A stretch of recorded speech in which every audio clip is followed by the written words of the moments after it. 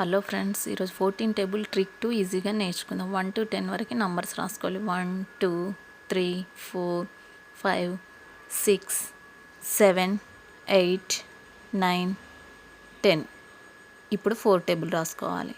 4 1 4, 4 2 8, 4 3 12, 4 4 16, 4 5 20, 4 6 24, 4 7 28, 4 8 32, 4 9 36, 4 10 40.